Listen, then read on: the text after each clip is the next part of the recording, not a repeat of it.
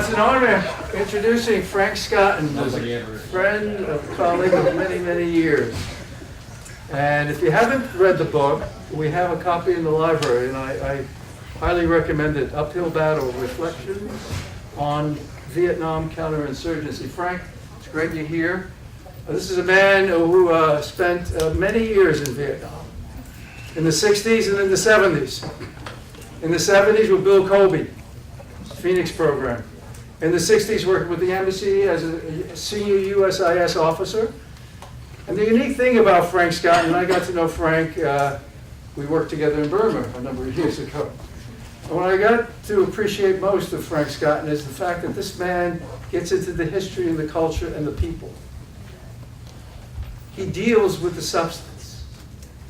And in Vietnam, that was, and it comes out in your book very, very clearly, this is a man who was in the field. This was a man who was relating to the people the issues and how those issues impact policy. And he's had a lot of impact on policy. In Vietnam, certainly during that period of time, and subsequent to that with USIS at the embassy in Beijing, running a major department in Beijing as the chief officer responsible for all external communications affairs and what have you. And then retiring from USIS as a senior director at USIS.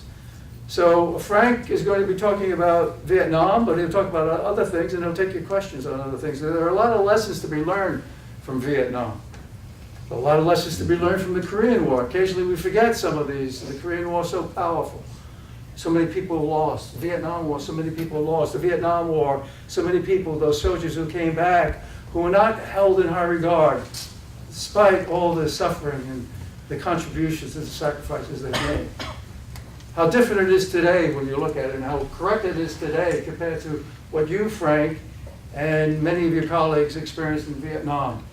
It was a war that was a lot of opposition in the States, and this was a man who was there. The 60s and the 70s, there are lessons to be learned, and those lessons can be better understood today, and hopefully applied to the issues we have today. So we're very honored to have Mr. Scotton, who came in from California, just for this event, right, Frank? Oh, all right. He came in from California, and he's very honored. He's very happy to be here, but we're indeed very honored to have you here, Frank. Thank you, sir. Okay. Well.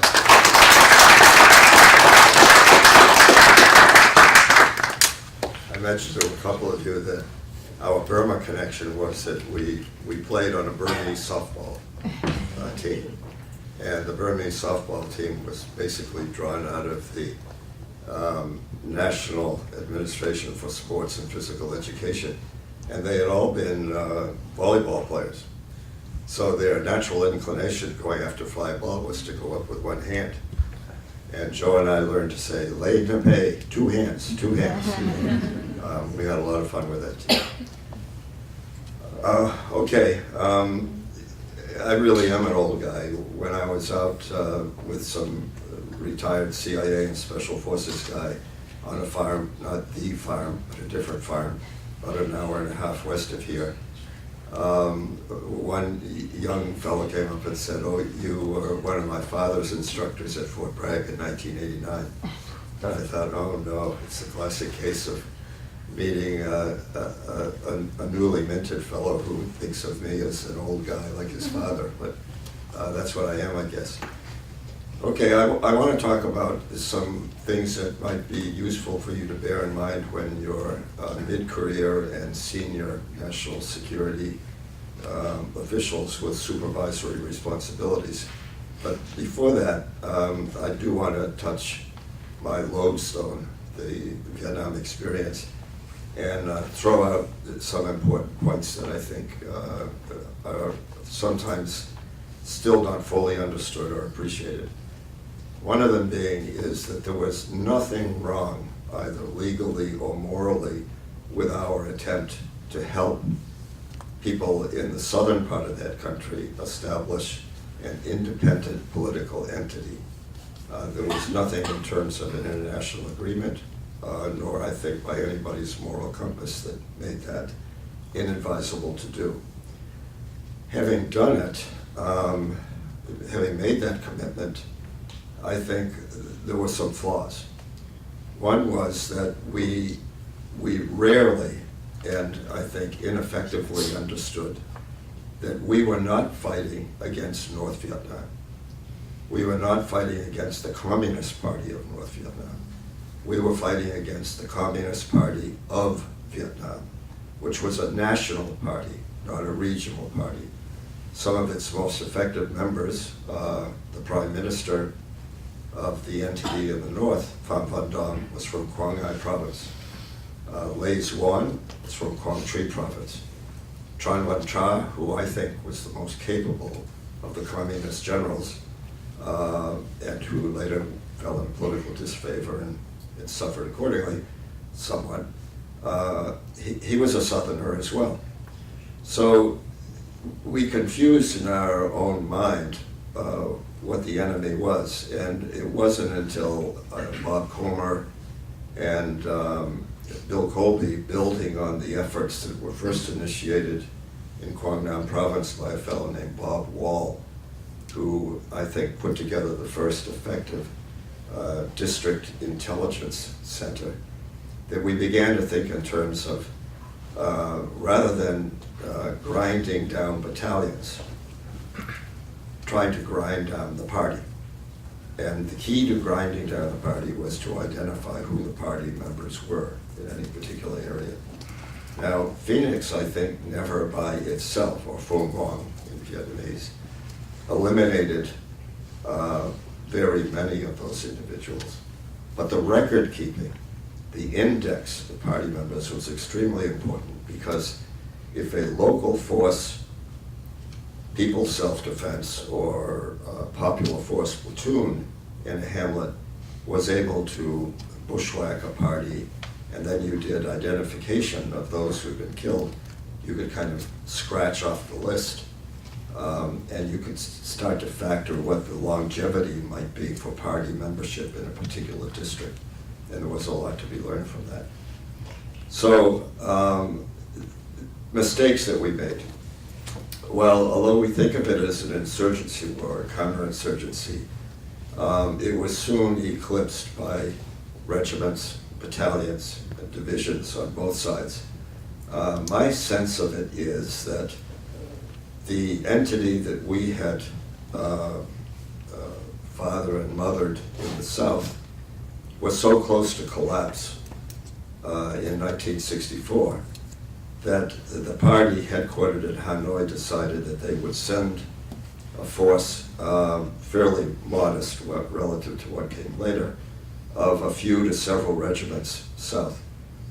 One, to preclude the possibility that any romantic separatist in the South might take seriously the thought that it was a Southern Liberation Front, and therefore there might be a federation somehow of Southern Socialists and Northern Communist Party members, and having regiments in the South would kind of be weight against that possibility. The second probability that I thought applied was that when the collapse came and battlefield victory was secured, the People's Army of Vietnam wanted to have some of the glory, some of the responsibility that would go into future history books. So they sent regiments south, and then later we sent regiments, Marine Landing Team, and 173rd Airborne, followed by divisions. And it escalated, but beneath, I wouldn't say a veneer, but beneath this surface strata of divisions on divisions, you still had the issue of party membership, party commitment, Southern commitment, and that's what made Phoenix and Phuong Quang so critical. Errors. I think in the beginning, Rufus, I hope would agree that we tried to get by on the cheap. We had, I think, better weaponry that could have been provided, but we did not. We didn't provide, I think, nearly the amount of attention and resources that could have been provided to strategic hamlets to make them, model hamlet developments. When I first looked at just a handful of strategic hamlets in 62 and 63 without barely knowing a thing about what was around me. It was obvious from what I could see and what I was told that there was no effective communication between a hamlet and a district headquarters. There was probably going to be inadequate, delayed, late response time, if any response time at all. That the defenders, where I found they existed, were inadequately prepared, inadequately trained, and poorly armed. Now, everybody who looked at this knew it, and yet we did not have it in ourselves to make the degree of resource commitment that would have altered the situation, I think favorably. Were strategic hamlets overextended? Yes, they were, but you can make corrections. Was President Diem making, especially after the Buddhist crisis in 1963, mistakes?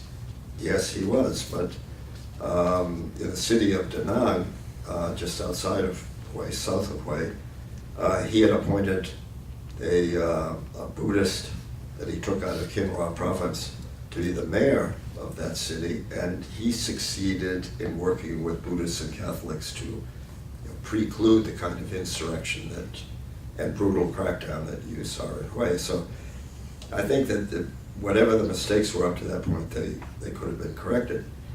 And that's not to say we didn't put any resources into Vietnam. We did. But I remember when I was first issued with a folding stock M1 Cargi, and I said that what I'd really like to have was an M2 Cargi, which had a selector switch on it for automatic fire. And I was told, well, we don't issue those because if you're captured, it would be an advanced weapon lost. See, so I mean, there was less likelihood of me being captured if I had the M2. But anyway, it was that kind of thing. Now, again, Rufus could speak to this better than I could, but in '64, as we reached kind of a crisis post-President Diem murder period, government turmoil, hardly knowing who it was you were going to be dealing with the following month because there were so many replacements and transitions and newly appointed people. The chain of command, more so than in the past under President Diem, but obviously by that point, having become a chain of corruption as much as a chain of command, because division commanders required a certain beneficial kickback from province chiefs within their area. Province chiefs did the same for district chiefs. And of course, if you were in a relatively, let's say, prosperous province like Vinh Long, the cost would be accordingly higher.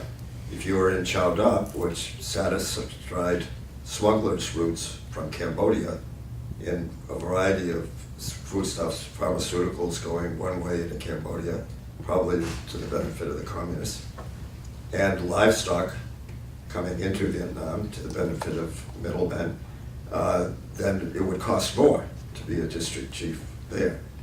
Later in 1966 in Binh Dinh province, where you had payments to farming families who lost their land due to the construction of Phu Quoc Air Base, and the deputy province chief, who was removed because he protested about corruption, said that if you accepted all those names on the list of people who were entitled to compensation for land lost, you would have to conclude that that district, Phu Quoc, was the most heavily populated district in all of Vietnam.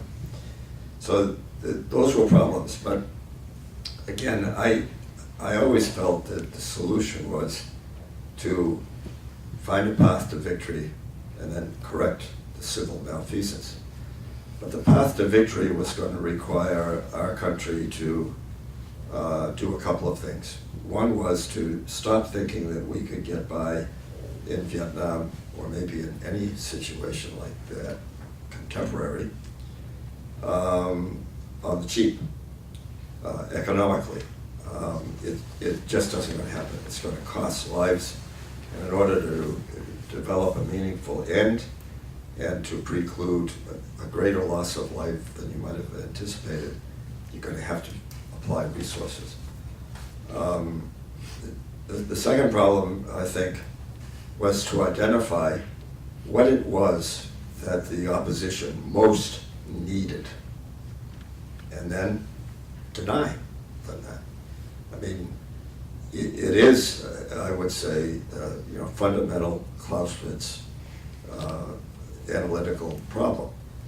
And what the party most needed, other than their ability to develop a kind of fictive revolutionary enthusiasm in the South and maintain what they already had in the North, what they most needed was the ability to resupply and replace with human bodies, to replace those that we'd killed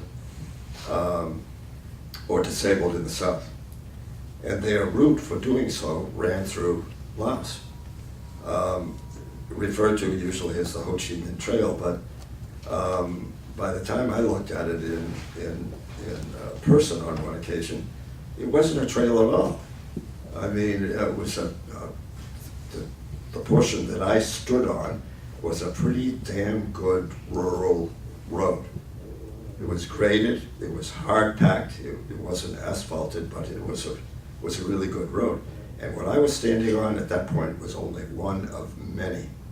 It was not a trail, there were roads. It was kind of like a spider's web that ran south. What we could have done, we had the punch to do it.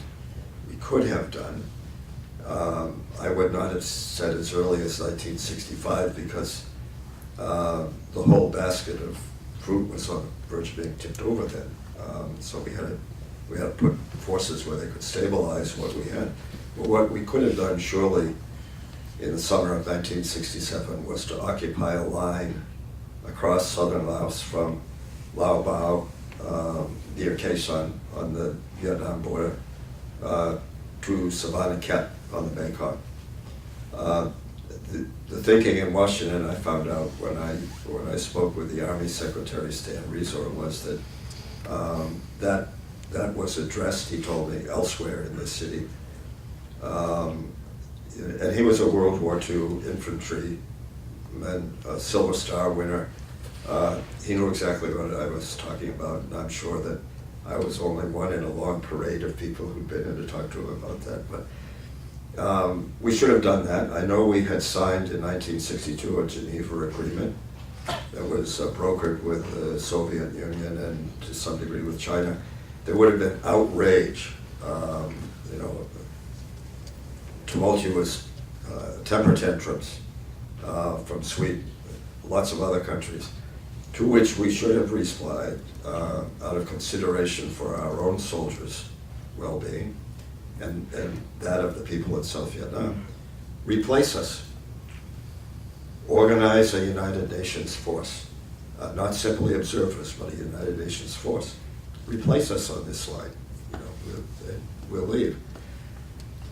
Well, we didn't do that, and the consequence of it was that Secretary and National Security Advisor, I think at the time, National Security Advisor, not yet Secretary, Henry Kissinger, a man for whom I have no fond feelings, was nonetheless dealing with a weak hand, because he was I mean, I think what he agreed to was scandalous, but he was dealing with a hand that had been given him, passed to him, in which we had already, for a period of several years, acquiesced to the other side maintaining that road, almost highway system.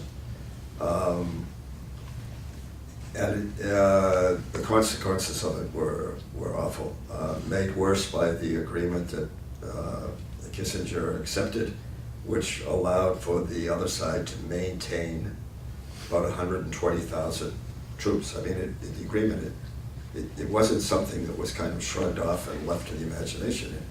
It actually said that they could maintain forces within South Vietnam, and they could resupply, and they could replace, on a one-for-one basis, but you know, I mean, that was the fictive aspect of it. You know, it was never going to be one-for-one. Once they got to the point where it would be of greater advantage to make it like something like 6-1, yeah, for every one loss. So, you know, that was an error that was just enormous. And the lesson of it is that think carefully before you engage in war. But if you do engage in war, be pretty clear about what it is you're going to have to do to prevail. At that point, we weren't talking about tipping over the Communist Party headquarters on Unification Street in Hanoi. We were talking about preserving the right of people in the South to choose an independent political entity.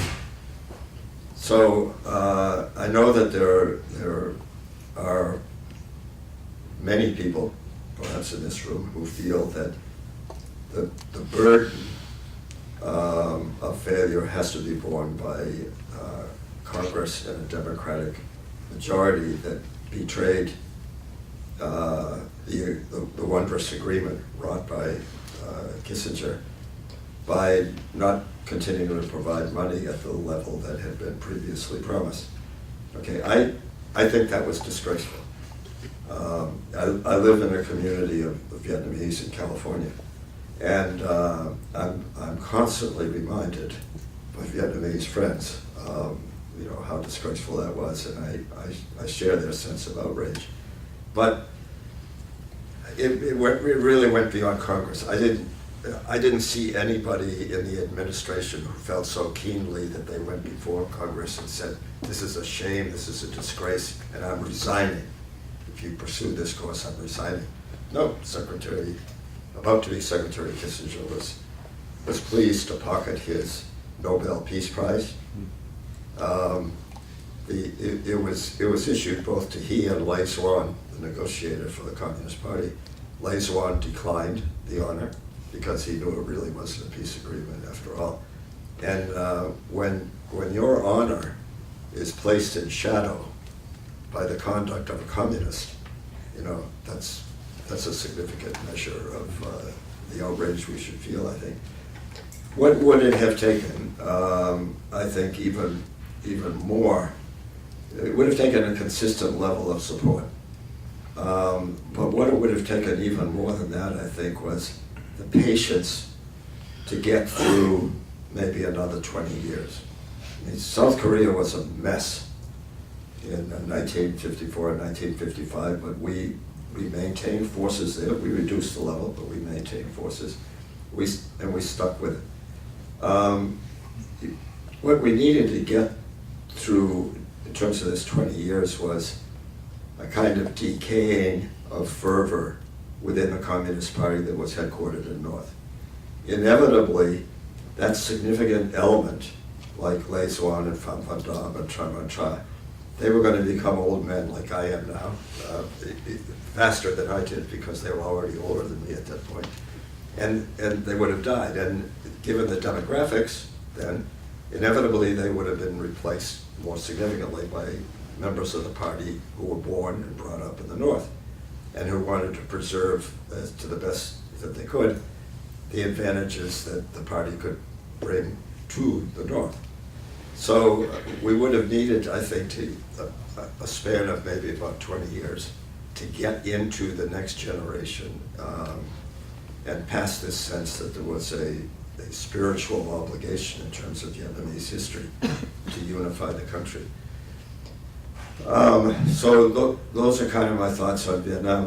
I closed my book by saying that as I walked away from the operations center in the Department of State back to my own humble little office, I felt that my life would never be the same, and that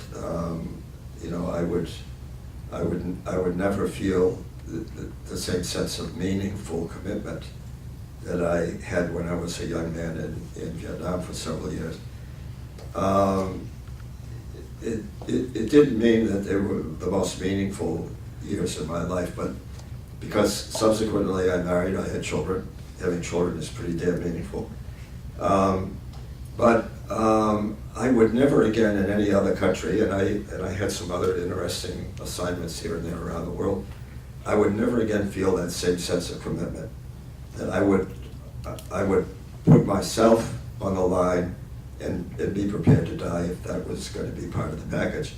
And that if necessary, grimly, I would have with me 2 or 3 special forces or other people, and we were all in it together. And I didn't feel that same sense of intense commitment thereafter. Now, I want to close before we get to any expression of disagreement or when I had a supervisory position before I retired, I used to tell people in my office, if you disagree with anything that I'm about to do or that I've just talked to you about, then tell me. And it would surprise me when sometimes they did. But go ahead. Anyway, the people here in this room, you're thinking in terms of working at the middle and higher supervisory level for national security. And I mentioned to Joe that if I was going down to Camp McCall in the good old Fort Bragg neighborhood, and I was speaking to people who were just coming out of the Q course, what I would say would be something different. If I was going south to the other farm, something different. But speaking to you, I would say that, again, as a consequence of the experiences I had dealing with supervisors sometimes, consider the consequences of the actions versus inaction. Brainstorm unanticipated consequences. And my examples would be Korea, 1950, and Iran, 1953. Korea was a good one, given the context of the existence of a pretty strong Japanese Communist Party in 1950, Soviet machinations. We simply could not have allowed Korea to be unified by a Communist Party and geographically pointing like a dagger towards Japan.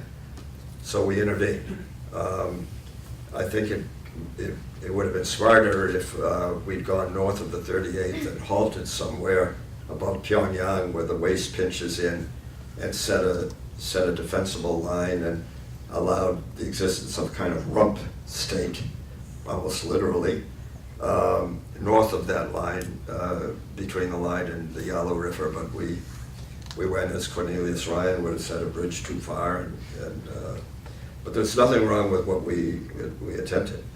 Then you think of Iran, 1953. The bright idea of removing an elected socialist prime minister who was saying that he was going to nationalize the oil companies of England and the United States. So we bring from Paris the Shah, the boy Shah, and install him. And then we prop him up with training programs for secret police and urban police. And what would we give now to have an elected socialist in Tehran?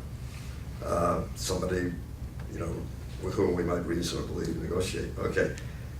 Second point, be wary of groupthink. Cliques who come into the discussion with a clique agenda. Obvious example of that is what I call second Iraq.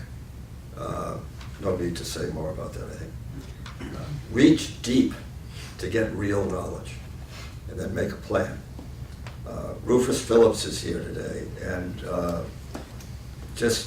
I think, I don't know if he would agree with the terminology, but I think willy-nilly, he was brought into a meeting at the White House by Rutherford Post, I think it was. And there was a discussion in the White House before President Kennedy about what was going on, and a recent trip report by a department officer and General Krulak. And there was some difference between the 2 points of view, but General Krulak commented that things were going pretty well in the Mekong Delta area, and security was okay. And at which point Rufus at that point, other than to those who loved him, like myself, a non-entity spoke up and said, "Sir, that's wrong." Okay, that was great, really terrific. But the follow-on should have been, I think, easy to say for me being a non-entity even today. The follow-on should have been the president saying to someone on his staff, "I want to sit down with that guy after this meeting. I want to know everything about him, who the hell he is that he thinks he can tell the general it's wrong, and I want to know the basis for him having that opinion." Well, it could have happened, but it didn't happen.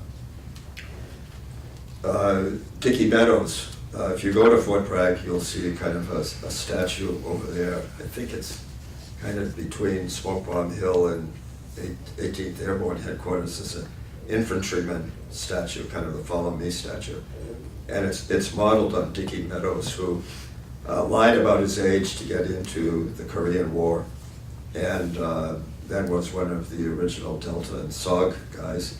And when in 1964 there was some debate about whether or not the people coming down south from the north were fillers, cadre replacements, or whether they were in fact uniformed in NPA.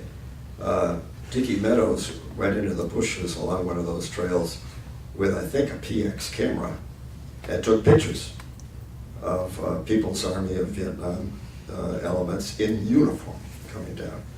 And he presented those pictures to General Westmoreland, and there wasn't much disagreement later about whether or not there were regulars coming south or not, and Dickie Meadows got promoted. He became an officer. So, reaching deep to get those opinions are critical, I think. And then, as I say, when you're committed, being a little repetitious here, don't just act with limited resources.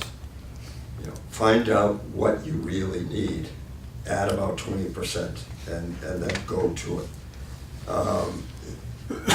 To me, as I worked in 1964 to organize politically motivated mobile commando units, and having worked with some USAID people in the field, it then became just inexplicable to me, and remains so today, as to why the USAID assistant director for field programs suddenly decided that USAID, he being the mission director for all of USAID, was going to withdraw from that activity. So you had maybe a four-horse team, and all of a sudden one of the horses decided they were going to drop out or go dead in terms of what was required. I still don't understand why he did that. I don't understand how he got away with it, but he had good people within USAID at that time, and it happened. He made a decision, and it was about a year, I think, before they got USAID Rural Affairs back on track. Put the best people you can into the field, whether or not you like them or find them terribly agreeable. I think General Lansdale is an example of the best that we had, certainly in the Philippine and the Vietnam context. And the reason I say that is that I saw him operate. I didn't work for him, but he included me in some of his meetings, and I saw that he had an amazing capacity to sit down with people and listen to them. Lansdale was a really tough guy, so the Uncle Ed persona he would adopt was a little bit misleading, but terribly effective. He'd listen to them, and then he would take one or two of his own ideas and kind of meld them into what had been given to him and feed them back as if they were the words of the person who had spoken with him. And in terms of getting commitment in an advisory situation, terribly effective. I think that rather than General Lansdale being withdrawn and provided other responsibilities, he should have become the American ambassador there. I mean, never mind that he was kind of a unique fixture. It was a unique situation, and we needed a unique ambassador, and he could have been that, but it wasn't done. General Abrams, I think was a good guy, solid guy, committed, good with troops, but he was placed in Vietnam at a time when resources were declining, alarmingly. Again, had we maintained, as we did in Korea, let's say a fire brigade force of a U.S. division, like the CAV, with a lot of interior air assets, could have been different. But and then when I read the presidential tapes, the Nixon tapes, and hear him and Kissinger talking about General Abrams and complaining about him and saying he ought to be removed, he ought to be this, he ought to be that, he's drinking too much. I think to myself, boy, those miserable bastards back the rear area, not only second guessing the man's decisions, but sniping at him. In terms of personality, utterly disgraceful. Okay, I've only got a couple more points. One is that do your best to keep a tight leash on political appointees. Political appointees, I think even more than, everybody's a careerist to some extent. Did I ever decline a promotion? No, I didn't. So that there is that, but I think because political appointees, they don't have the kind of career perspective of 30 or 35 years, so that they tend to be in a hurry to, as we sometimes said, make money or make your mark within a short period of time, so that in the next administration you get another appointment, possibly at a higher grade. And a couple of examples of that is that in 1995, when I was in China, we had this problem of some of our radio broadcasts being jammed. So the ambassador put me in charge of trying to negotiate a resolution of that. And I found my Chinese counterpart, who was a Ministry of Security person, seconded into the Ministry of Foreign Affairs. And we had coffee a few times, and we agreed that when we sat down to discuss this mechanically, we would not consider it a problem of jamming. We would consider it a problem of entangled radio frequencies. How do we separate out this technically?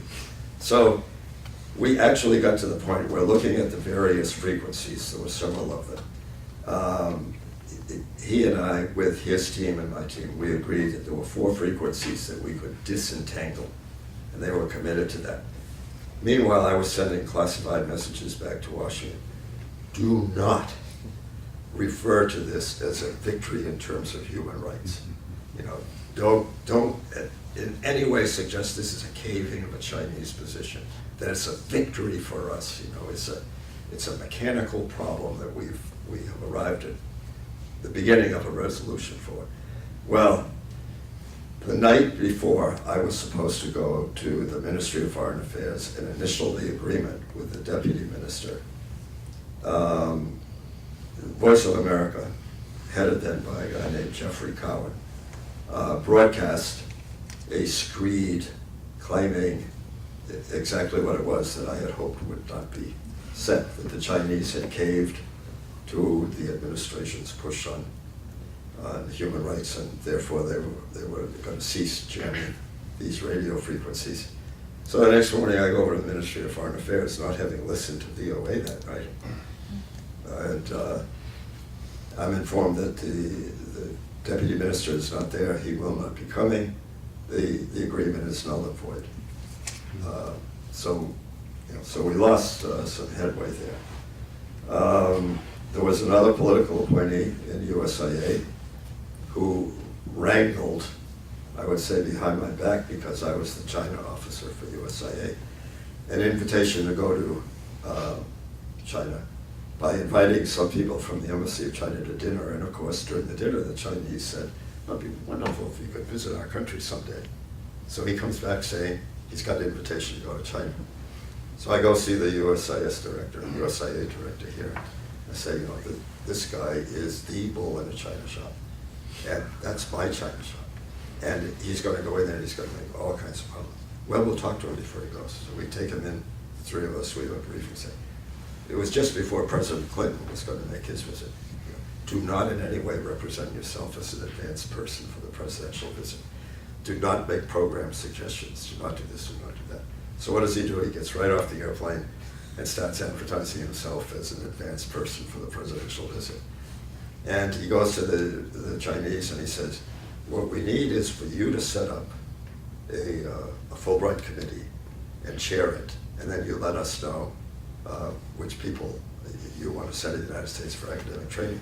During the 4 years I've been in China, that was not going to happen. And during the time I was responsible for China back here, that was not going to happen. You know, we were going to, until things substantially changed, we were going to control who came to the U.S. on Fulbright scholarships. So he did all of those things, and it just took an awful long while to get it turned out, and it took a lot of my time just prior to retirement and moving down to Florida with U.S. SOCOM. All right, this is the last one. You'll be happy to know. It should be so basic, but I just have to say it. Avoid the politically expedient. I mean, you know, the art of getting through life is making political choices within the family or out of the family. And I think of some examples. The decision to gut the anti-war movement, which was really an anti-me in the war, or anti-my brother or my fiance or someone that I love in the war movement, but to gut the anti-war movement by ending the draft. I think of all of the things that might be cited as problematic on the part of President Nixon or Secretary Kissinger, this is the one, and there are many, I think, but this is the one that really hurts me the most, because it changed 200 years of American history from a citizen-based army in time of need to a centurion army. And the consequence of that, I think, still extends socially through our whole country. People will say, because they've learned it in encounter groups, thank you for your service. Really meaning, thank God my son doesn't have to serve, or my brother, or my sister's boyfriend. And when I was last at Fort Bragg, and I talked to some people there, I said, you will not like me much when I tell you this, but we are now analogous to the municipal sanitation services, in that the guy who picks up your trash once or twice a week performs a vital service. If he doesn't do it, you're going to be highly irritated, but you do not know who he is. Maybe you give him $20 at Christmas, but you don't know anything about him, anything about his family, his desires, his expectations, his hopes. And for too many Americans, I'd say the vast majority of Americans, that is the case when it comes to our military.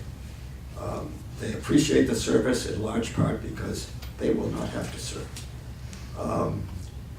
We really lost something with that, I think, and it was an expedient decision, and expedient decisions sometimes are just awfully, awfully hard to get turned around.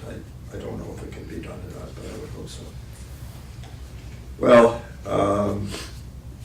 I guess that's the most. I've got other examples of things that expedient decisions that went terribly in the wrong direction, but I'll close there and see. Do you have questions? Yeah, we will have Do you have questions. expressions of And let's disagreement? hear it for